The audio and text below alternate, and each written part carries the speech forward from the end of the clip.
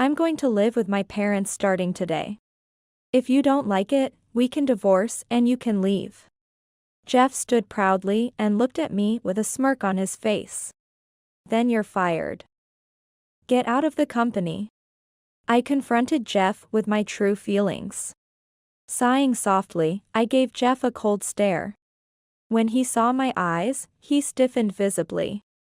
Anxiety spread across his expression. "I am Kelly Thompson, 44 years old. I run a company that manufactures vehicles and parts. The company was founded by my grandfather, and I am the third generation. It is a family-run business. Initially, I intended to lead a normal life and had no intention of taking over the company. I was not a great student and planned on finding a regular job in a general company. In fact, I did get a job in an IT company. However, when I was 26, my parents died unexpectedly in an accident. I have an older brother who loves research and was holed up in a graduate lab. My father left a will stating that I was to be the next president of the company. Afterwards, it felt like riding a roller coaster. I quit my current job and joined my father's company. The executive vice president acted as president, and I learned the job with dedication. I worked tirelessly, sparing little time for sleep, learning everything about the products and management of the company.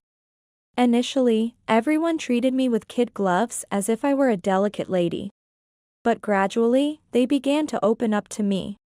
Slowly, the work became interesting, and I became president when I was 40. I have lived dedicated to my job. As those around me got married one after another, I had not had a single boyfriend. I prioritized work over having fun. I traveled domestically and abroad for the company, often forgetting even Thanksgiving or Christmas. Relatives began to nag me about finding a successor. Every time I met relatives at memorial services, they would insensitively remind me that I wouldn't be able to have children if I didn't hurry. "Aren't you lonely?" some would ask. Even if I argued back, I knew what would come next.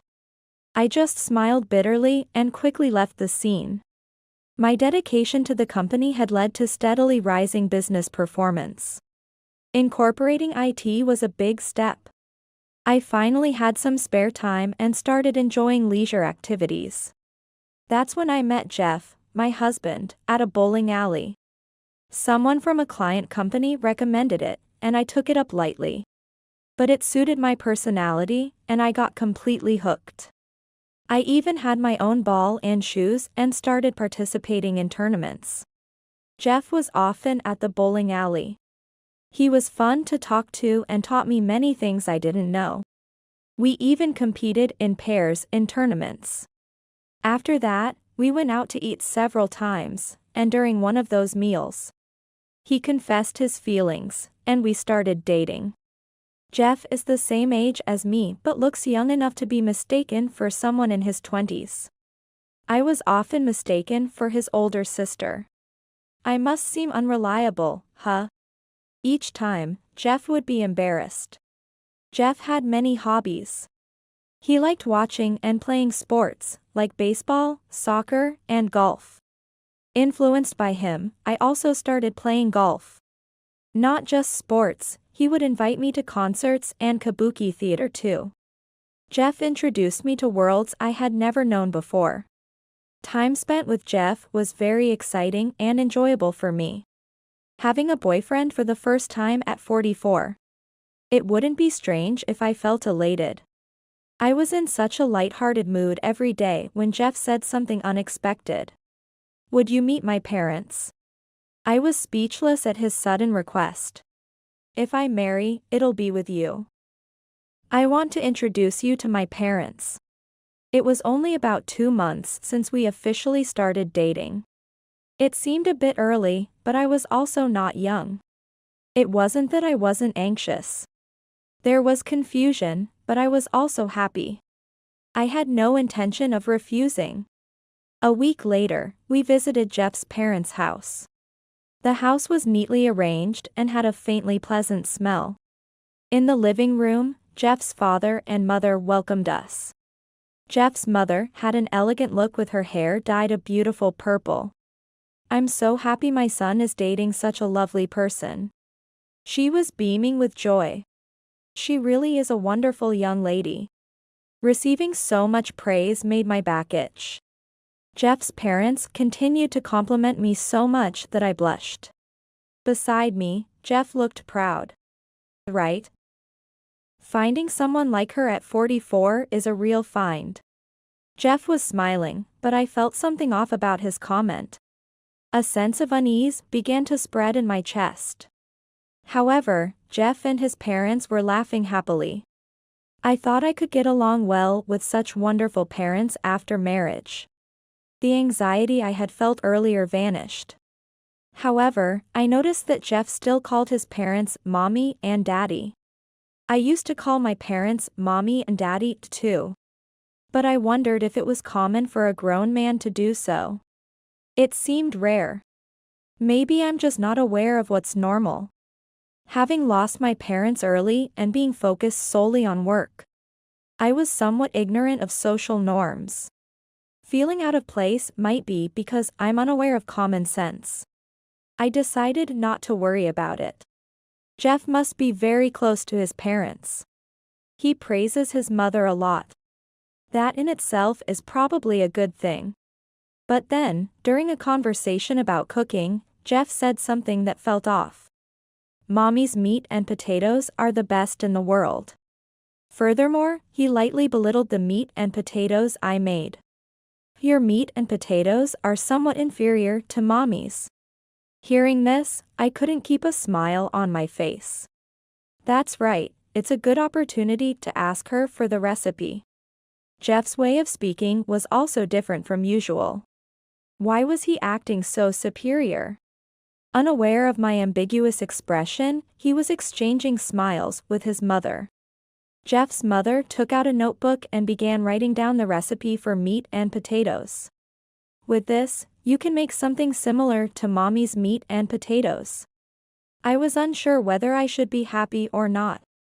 Before I knew it, my expression had turned into the ambiguous smile I show to relatives. As it was getting dark outside, the conversation turned to marriage. "I want to get married right away. It would make life easier, and being a part-timer really makes it tough to earn." I was shocked by this revelation. What? Part-timer? My eyes widened. Jeff had said he was in sales. I hadn't told him about my job either. I just mentioned that I work at a company that manufactures parts. I found it hard to say that I was the president, but I never imagined Jeff was a part-timer. As I stood there dumbfounded, Jeff confronted me. "You thought, despite being 44, right?" There's a deep reason for this. Apparently, Jeff's mother has always been frail and often ill. Furthermore, 2 years ago, his father became seriously ill and required care level 1. At that time, Jeff was working as a salesperson at a printing company. But he quit to take care of his father.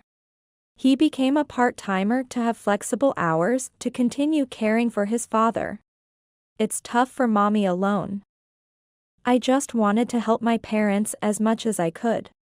Jeff was tearful as he spoke. I listened solemnly. For that reason, I thought it would be okay to remain a part-timer. Jeff glanced at his parents and nodded. Lately, Daddy has been feeling better. So he's thinking of re-employment and I'm going to marry Kelly. I've got to try hard. Jeff said this almost in a whisper while sniffling. I felt ashamed for being disappointed when I heard he was a part-timer. Jeff had simply prioritized his parents over his job. What a kind and warm person he is. All the anxieties and discomfort I had felt before had completely vanished. A few days later, I made a proposal to Jeff. "Why don't you try taking the mid-career exam at my company?" Jeff seemed surprised by my sudden suggestion. "Only if it's okay with you, Jeff." I made sure not to pressure him. Jeff seemed resistant to working at the same company as me. Our sales department seems to be short-staffed. It would really help if you could join. I chose my words carefully to not hurt Jeff's pride. It's a completely different department from mine though. But Jeff's concerns were elsewhere. If I'm going to work, I want to earn. I want to make sure mommy is secure. Money was his top priority. Perhaps he thought I wasn't earning much. Then, I pulled out a tablet and showed Jeff the company's job site. I explained the average salary, holidays, paid leave, and benefits. This might not be too bad. Jeff looked at the tablet intently and seemed to be getting interested. Just as the company was planning to significantly increase its sales staff, Jeff was successfully hired. When Jeff applied, I had already informed my secretary about this. I might ask the secretary to handle any potential issues in the future. I also made another request regarding the website to my secretary. When Jeff got the job, Jeff and I registered our marriage. We didn't have a ceremony. I didn't want my relatives to know, and I wanted to keep it a secret from Jeff that I was the president. I thought the in-laws would object, but they were surprisingly supportive. The only concern Jeff's mother had was how often we could visit the in-laws. We replaced the ceremony with a dinner at a restaurant and postponed our honeymoon. My work was busy, but Jeff also seemed unenthusiastic about the honeymoon. I can't be away from mommy and daddy. Again, mommy and daddy. I couldn't shake off the discomfort. Regarding the new house, although a real estate agent introduced us to a new detached house, we decided against it. Considering Jeff was a part-timer, it felt better to avoid unnecessary expenses. I hesitated a bit but chose my apartment as our new home. Jeff agreed. It was probably because it was close to his parents' house. After moving in and starting to live together, Jeff's attitude changed. He began to look down on me. "What department are you in?" He stopped calling me honey and mostly referred to me as a you. Jeff clearly did not think of me as an executive. I didn't intend to lie and hide it, but I wanted to keep it as unknown as possible. At that moment, Jeff said something unbelievable. "Well, whatever. I guess you'll have to quit anyway." I was shocked. What? Quit? Who is quitting? What does that mean? Is it not Jeff but me who is quitting? I have a bad feeling about this. Jeff glanced at me and smirked.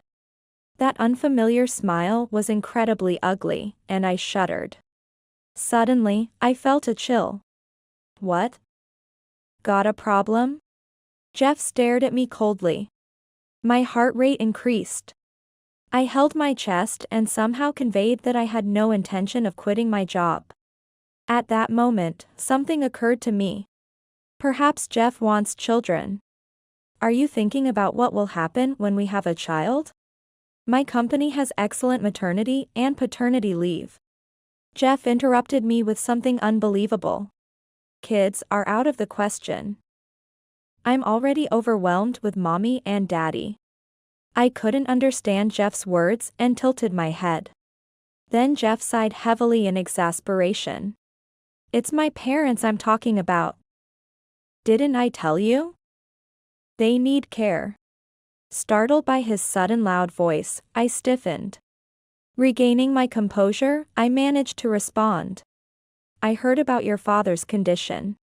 But he's been doing well lately, so didn't you reapply for jobs because of that? Even if they're okay, now, both are elderly. Jeff started to get angry as if ignited. Aren't you worried at all? Despite being a daughter-in-law. Jeff's shouting filled the room. I was confused and didn't quite understand what he meant. I tried to calm down and sort out my thoughts. It seemed Jeff was trying to push the care of his parents onto me. Moreover, he intended to make me quit my job to focus on caregiving. After venting his anger, Jeff smirked. Well, I'm not saying you should quit right away. It's better to have dual income, after all. It seems my income is now a priority.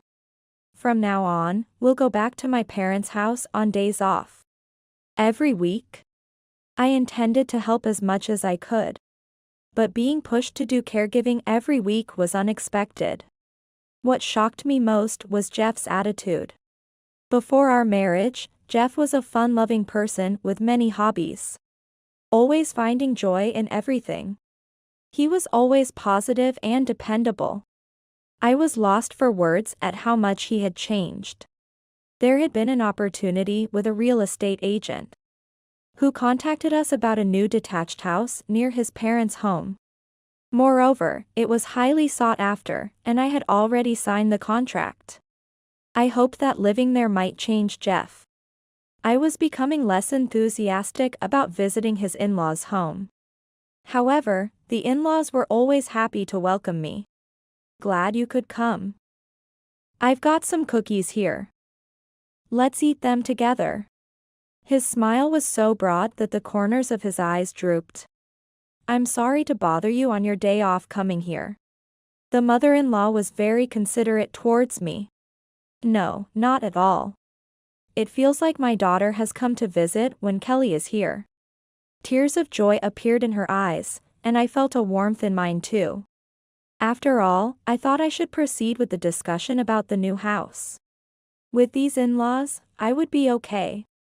Every time I visited, the mother-in-law prepared my favorite sweets. Her thoughtfulness always touched my heart. I didn't like being dictated by Jeff, but seeing the mother-in-law's happy face always soothed me. After some time being married, Jeff and I started visiting his parents separately. Due to my work schedule, it was impractical to visit every weekend. Sometimes, I had to spend weekends away on business trips. To make up for it, I began visiting during the weekdays. One weekday, I headed to the in-laws' house. I had visited so many times that I didn't ring the doorbell. I quietly said, "Excuse me," as I opened the door and headed towards the living room. A familiar voice came from the living room. It was Jeff. Though Jeff was supposed to be at work, I wondered why he was here as I walked down the hall. Just as I was about to enter the living room, I heard a disturbing conversation. I paused and quietly observed the living room. She's really not attentive. And she's terrible at housekeeping. This voice was the mother-in-law's. I had never heard her speak so spitefully before. Couldn't you find someone better? She sounded like a completely different person from the usually kind mother-in-law. Such a mean way of speaking made my chest tighten and breathing difficult. The blood drained from my hands, turning them cold. After all the praise she had given me, I couldn't believe this gentle mother-in-law would say such things.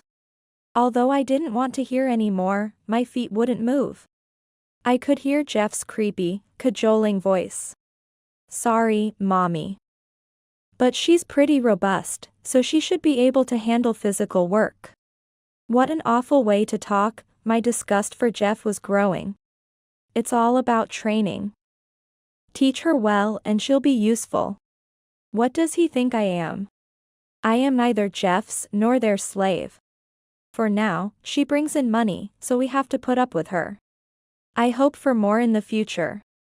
Jeff and his mother were freely talking and laughing. I felt the blood draining from my head. Unable to stand, I leaned against the wall in the hallway for support. I was shocked by the mother-in-law's words, despite Jeff's usual behavior. What happened to her usual consideration for me? I remembered how kindly she had treated me. What about the times we ate sweets and laughed together? What about the meals she taught me to cook? She was always smiling, sometimes with tears in her eyes. Was all that just an act? If so, staying in this marriage because I was worried about the mother-in-law was completely pointless. From the conversation between Jeff and his mother, it was clear I was merely seen as a caretaker. Moreover, the mother-in-law had said something decisive. For now, I'll praise her and butter her up. That way, she makes such a happily foolish face. I started to feel dizzy. The mother-in-law's harsh words towards me wouldn't stop. Learn from me on how to manipulate well. Also, she apparently bought a new house near here. Jeff spoke with excitement. I wondered where he had heard that. A call came from the real estate agent to our house. I was taken aback. The real estate agent had called our home phone. It was my mistake for not insisting on contact via my cell phone. That's great. Now we can make her work even harder. The mother-in-law's scornful laughter made me feel nauseous. After hearing this much, I quietly headed towards the front door and left the house. I was gripping my smartphone so tightly that my hand had gone numb. On the way home, I sent a message to Jeff and his mother saying I suddenly felt unwell.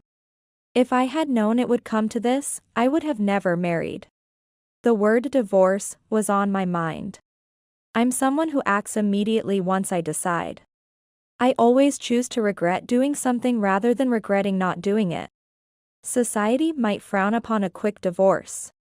But I thought it better sooner than spending time with unpleasant people. I couldn't stand living with Jeff any longer.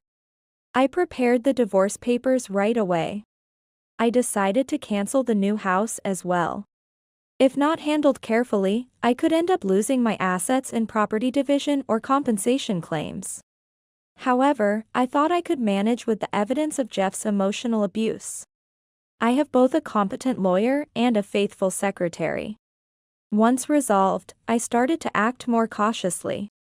I avoided confronting Jeff and continued to act submissive. According to a report from my secretary, Jeff had caused several problems at work. It seems this was just the tip of the iceberg. A divorce alone doesn't seem to settle everything with Jeff. I want to quickly resolve the issues at work and then hurry up and get the divorce over with. I'll keep it a secret that I am the president of the company. It would cause trouble if Jeff or his parents found out before the divorce. It was embarrassing, but I told my secretary everything about the situation with Jeff. With the secretary's help, I am steadily preparing for the divorce. Living with Jeff felt suffocating. I hardly felt alive. Eventually, when things started to look up, I ran into Jeff at work. Good timing. As soon as he saw me, Jeff approached me with a big smile and pulled me into an empty meeting room. You're hiding something from me, aren't you? Jeff's sneering laughter sent shivers down my spine. I heard you bought a house. I got the call that it's ready to move in. I sighed involuntarily. So that was it. I'm going to live with my parents starting today. If you don't like it, we can divorce and you can leave. I was completely fed up. It seems the time has come for me to confront Jeff. He stood boldly, grinning at me confidently. Jeff thinks I will admit defeat and obey him. Until recently, I listened to him for the sake of his mother. I thought his parents were good people who cared about me. But now that I know his mother's true nature, I have no intention of opening my heart to his parents. Then you're fired. Get out of the company. I faced Jeff's shouting with a smile and hit him with the truth. Huh? Jeff made a baffled expression and let out a strange sound. But he probably thought it was just a weird joke. He quickly recovered and started to laugh foolishly. Fired? What are you talking about? You're not even my boss. Have you gone crazy? I sighed softly and stared coldly at Jeff. Seeing my eyes, Jeff stiffened. Anxiety spread across his expression. I took a deep breath and spoke calmly. The crazy one is you, not knowing the face of your own company's president.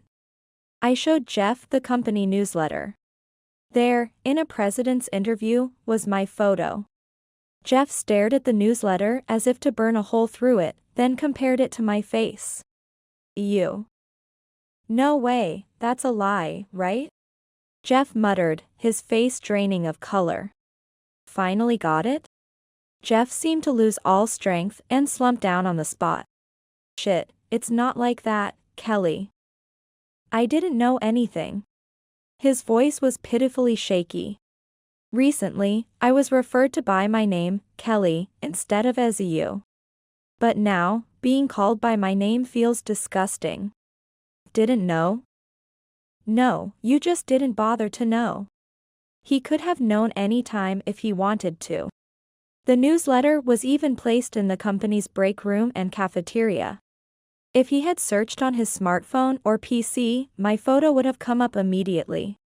Even if the company website was deleted, my photo could still be found easily. Simply put, Jeff had no interest. Nor was he passionate about his work.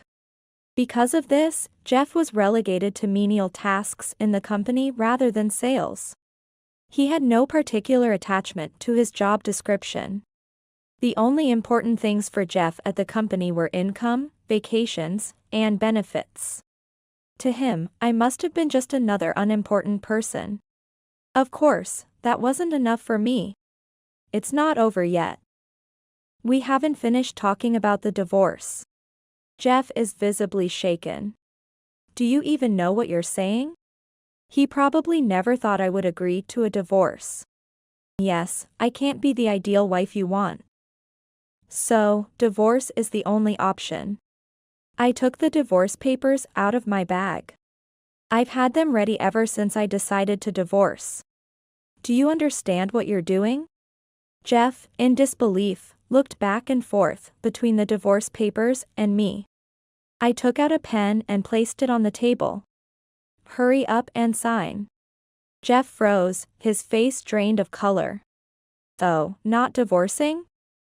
Were you just talking big?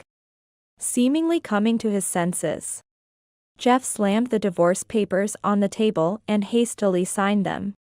I watched him sign and said, "Now we are strangers."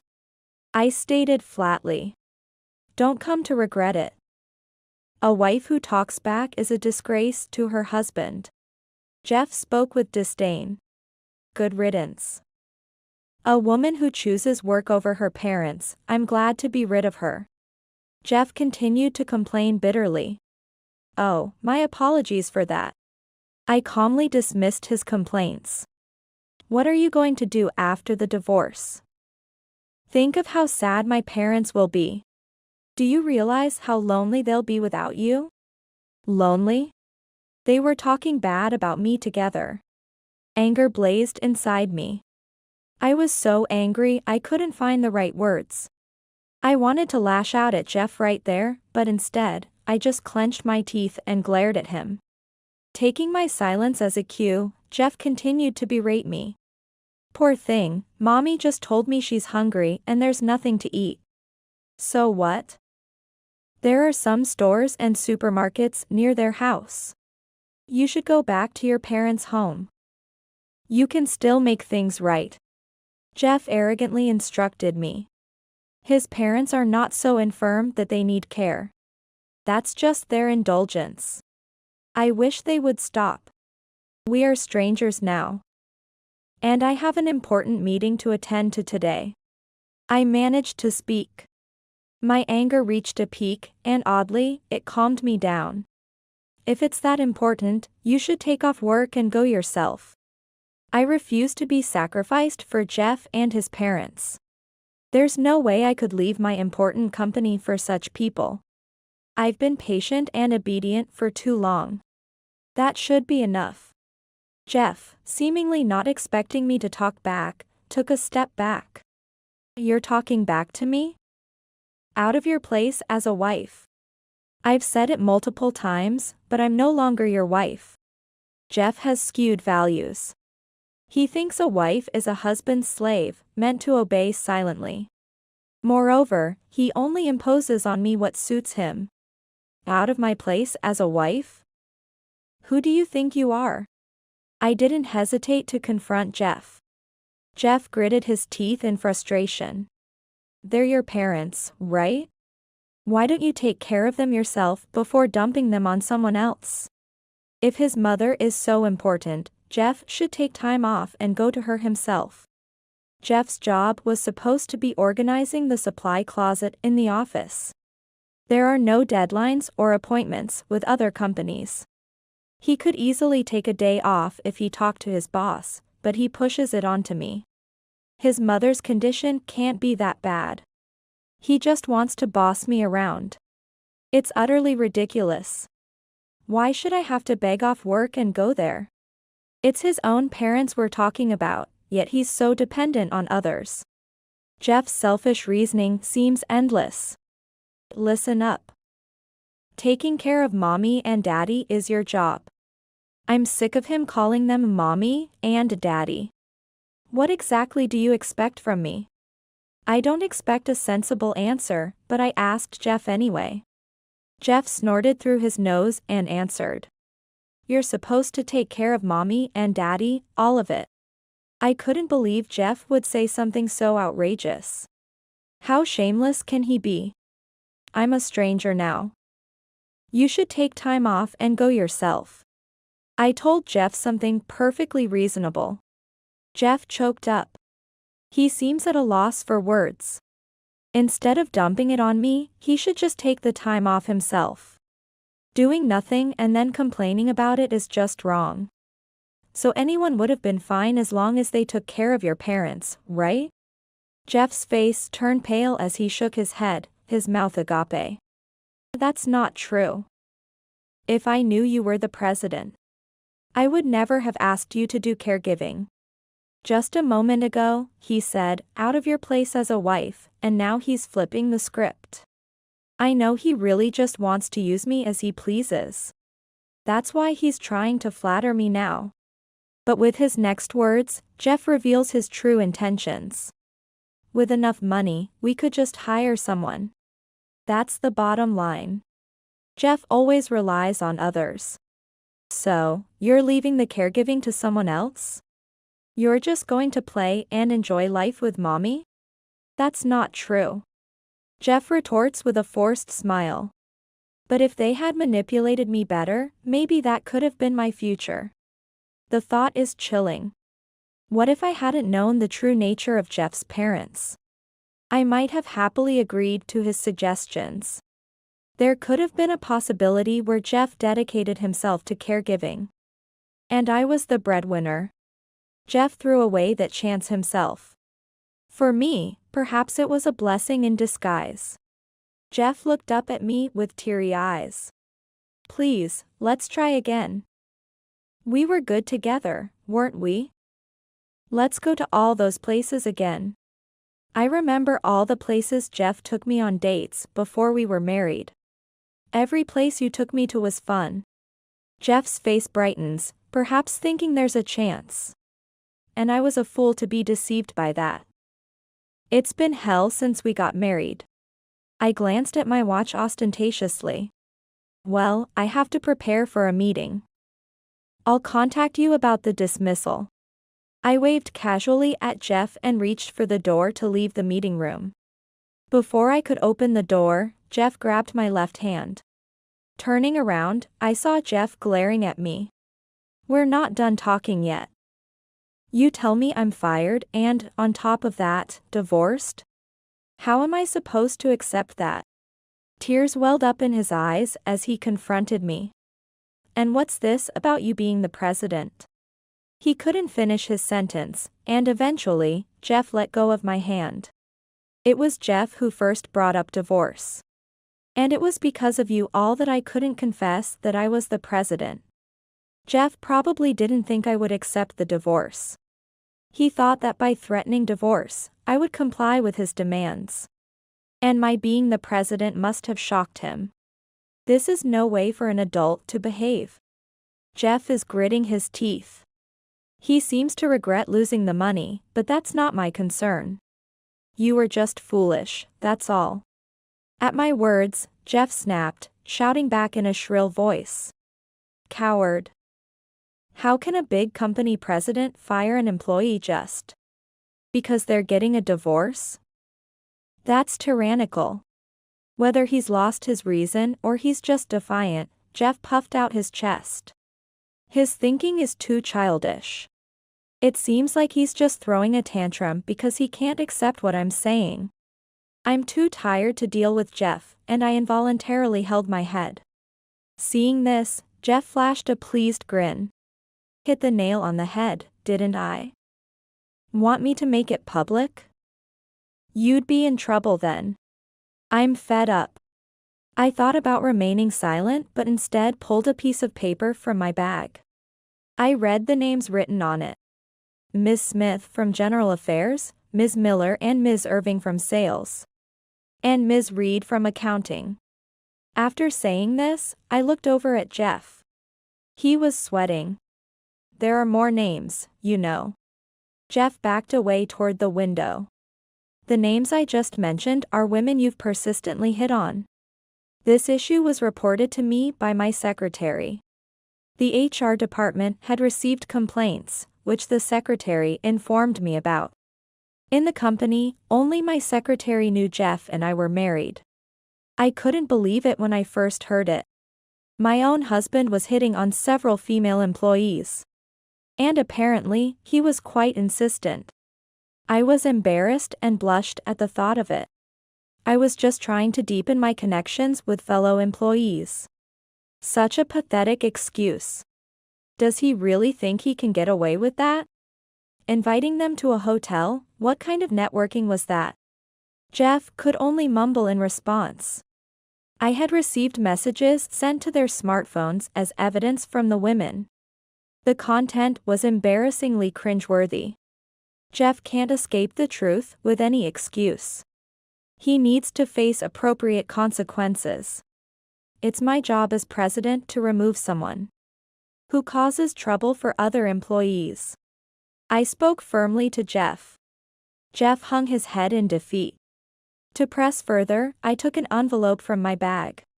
This is from accounting. Your expense receipts. They seem to have been tampered with. I handed the envelope with the receipts to Jeff. Reluctantly, Jeff took it and avoided my gaze. A mama's boy who relies on others, a womanizer, and on top of that, a cheapskate. Jeff has caused trouble for many others besides me. The fact that he is a despicable person is undeniable, but I had once believed in him. I'm so disappointed in my poor judgment of character. Anyway, you are fired. You will be held accountable. I turned on my heel and opened the door to the meeting room. True to form, Jeff did not try to stop me this time. He just slumped weakly against the wall. Well then. Enjoy your time with your parents at your family home. Jeff collapsed on the spot, his shoulders sagging, muttering something under his breath. But I left him there and exited the room. Shortly after, a formal report came from my secretary. Following the report, I immediately proceeded with Jeff's dismissal for misconduct. I apologized to the female employees who were affected, on behalf of the president. Through my secretary, I ensured they received proper mental health care. I also receive regular reports about Jeff's activities through a private investigator, managed by my secretary. According to these reports, Jeff, now unemployed, has moved back to live with his in-laws. He tried to work again as a part-timer, but then something unexpected happened. His father was classified as needing level 2 care. Soon after, his mother developed dementia. Jeff ended up caring for both his father and mother. It seems his mother wanders at night, resulting in many sleepless nights for Jeff. His days are filled with work and then caregiving, a schedule too demanding for anyone. I need help. Please provide some financial assistance. Jeff contacted me numerous times. If the divorce had been amicable, I might have helped. However, Jeff and his family treated me like a slave. There's no room for sympathy for such people. Each time, I responded to Jeff with a formal tone. I'm unable to assist you. Please refrain from any further contact. Should it continue, appropriate actions will be taken. After that, I no longer received any messages from Jeff. Convinced that I was done with marriage after my divorce from Jeff, I resolved to live alone. I kept the new house I had bought, renting it out. The land is likely to increase in value, so it's unlikely I'll face any losses. Work is going well, and the company's performance is improving. Work has become more of a passion than ever before.